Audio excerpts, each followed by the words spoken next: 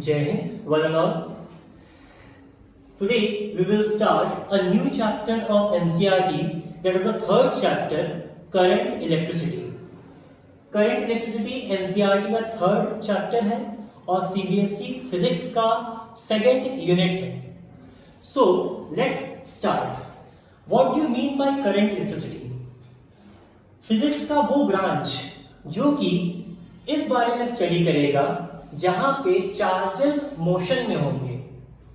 Physics के जिस branch में हम चार्जेस के मोशन की प्रॉपर्टीज क्या है, फंक्शंस क्या है, एक्सर्शन क्या है, इन सारी चीजों के बारे में स्टडी करेंगे, उस ब्रांच को करंट इलेक्ट्रिसिटी कहा जाता है. The branch of physics which deals with the study of charges in motion. जो आपका की पॉइंट है, वो की पॉइंट क्या है? Charges in motion. इस ब्रांच के बारे में अगर स्टडी किया जा रहा है तो उसे कहा गया करंट इलेक्ट्रिसिटी. नाउ सबसे पहले हम लोग बात इस बारे में करते हैं कि अलग अलग सब्सटेंसेस में, अलग अलग मटेरियल्स में आपके करंट कैरियर्स क्या हैं. What are the current carriers in different types of substances. सबसे पहले अगर हम बात करें सॉलिड्स में हम बात करते हैं कंडक्टर्स की. सॉलिड्स में हम बात कर रहे हैं कंडक्टर्स की. तो कंडक्टर्स में जो वैलेंस इलेक्ट्रॉन्स होते हैं, वैलेंस इलेक्ट्रॉन्स मींस जो आउटर मोस्ट शेल में, जब आप इलेक्ट्रॉनिक कॉन्फ़िगरेशन बनाएंगे किसी भी एटम का, तो आउटर मोस्ट शेल में जो इलेक्ट्रॉन होता है उसे कहा जाता है वैलेंस इलेक्ट्रॉन. तो कंडक्टर्स के केस में valence electrons as well as free electrons are the current carriers. In the case of conductors, valence electrons or free electrons are the current carriers. Okay? When we talk about the liquids की अगर हम बात करें तो positive ions जिसे हम cation कहते हैं और नेगेटिव आयंस जिन्हें हम एनायंस कहते हैं. तो positive ions and negative ions को करंट कैरियर कहा गया है लिक्विड्स में. इंसुलेटर का नाम ही इसलिए पड़ा क्योंकि इसमें कोई भी फ्री चार्जेस की अवेलेबिलिटी नहीं है. अगर किसी सब्सटेंस में फ्री चार्जेस की अवेलेबिलिटी ना हो तो उसे हम इंसुलेटर की कैटेगरी में डालते हैं. Okay, now the thing is, insulator एक ऐसा सब्सटेंस है जो कि करंट के फ्लो को रेस्ट्रिक्ट कर देता है. It will not allow the flow of current through it. उसे हम कहेंगे इंसुलेटर्स. सेमीकंडक्टर्स वो सब्सटेंसेस हैं जो कि किसी टेम्परेचर पे एज ए इंसुलेटर बिहेव करेंगे और किसी टेम्परेचर में एज अ कंडक्टर बिहेव करते हैं. तो आमतौर पे सेमीकंडक्टर्स में electrons and holes are the current carriers. Semiconductor के बारे में आप लोगों ने थोड़ा बहुत स्टडी किया होगा. सॉलिड स्टेट केमिस्ट्री का फर्स्ट चैप्टर है सॉलिड स्टेट, उसमें आपने थोड़ा बहुत स्टडी किया होगा सेमीकंडक्टर के बारे में. और सेमीकंडक्टर के बारे में इन फिजिक्स हम लोग ब्रीफली स्टडी करेंगे और ब्रॉडली स्टडी करेंगे.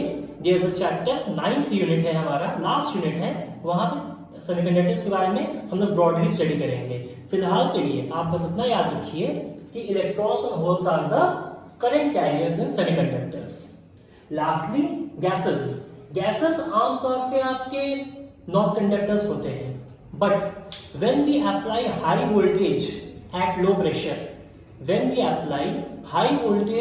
लो प्रेशर, गैसेस जो है वो अपने आयंस में ब्रेक कर जाते हैं. गैसेस अपने आयंस में ब्रेक कर जाते हैं और ब्रेक करने की वजह से again there is availability of positive ion and negative ion. Electrons and positive ions की अवेलेबिलिटी होती है. That's why electrons and positive ions are the current carriers in gases. Example के तौर पे एयर हमारा जो है वो एज अ इंसुलेटर बिहेव करता है. एयर जो है वो हमारा एज अ इंसुलेटर बिहेव करता है. बट हमको ये भी पता है कि during the rainy season lightning होती है. भाई लाइटनिंग जो आसमान से, आसमानी बिजली जिसे हम कहते हैं, आसमानी बिजली फ्रॉम एयर टू अर्थ आ रहा है. दैट मीन्स वो किसी ना किसी तरीके से एयर को कंडक्ट कर रहा है, तभी तो आ रहा है. तो at very high voltage and at low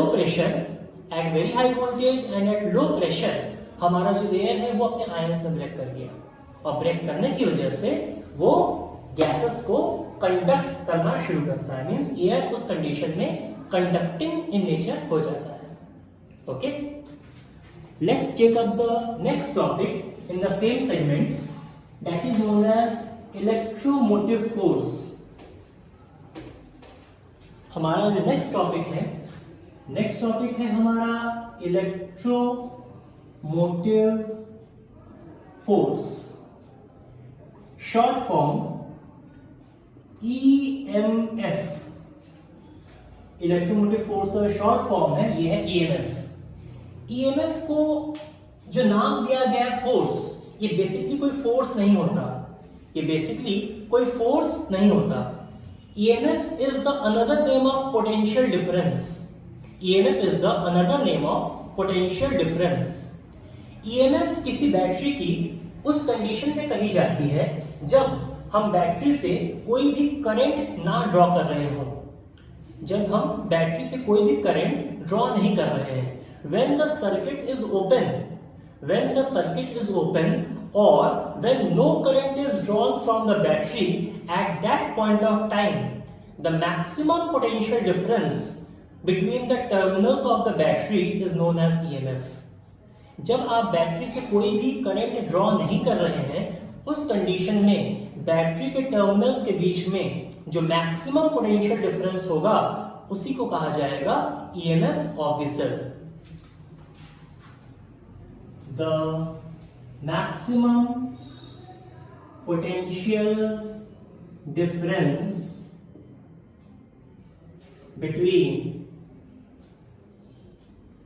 the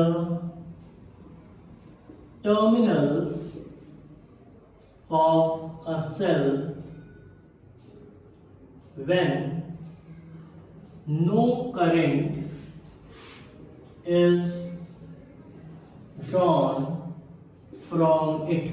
जब कोई भी करंट ड्रॉ नहीं किया जा रहा है, उस कंडीशन में हम क्या कहेंगे? उस पोटेंशियल डिफरेंस को EMF नाम दिया गया है। EMF की जो SI यूनिट होगी, SI unit will be volt. EMF का भी SI यूनिट क्या होता है?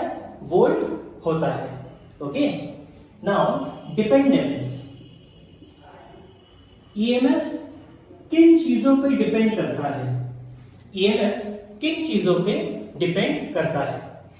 फर्स्ट, ये नेचर ऑफ इलेक्ट्रोड पे डिपेंड करेगा।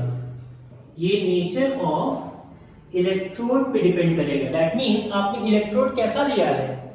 ओके, इलेक्ट्रोड का नेचर कैसा है, किस मटेरियल का है, तो ये इलेक्ट्रोड के नेचर पे डिपेंड करेगा। ओके, और सेकेंड थिंग, ये nature, concentration and temperature of electrolyte पे डिपेंड करता है। ये सिर्फ दो बातों पे डिपेंड करता है, नेचर ऑफ इलेक्ट्रोड पे डिपेंड करेगा, nature, concentration and temperature of electrolyte पे डिपेंड करता है। ओके, सो ये है हमारा एक basic information of electromotive force. Again हम कह रहे हैं इलेक्ट्रोमोटिव फोर्स कोई फोर्स नहीं है, ये एक टाइप का पोटेंशियल डिफरेंस है जब हम बैटरी से कोई भी करंट ड्रॉ नहीं कर रहे हैं। The maximum potential difference between the terminals of the cell when no current is drawn from it is known as electromotive force or the EMF of the cell. Thank you.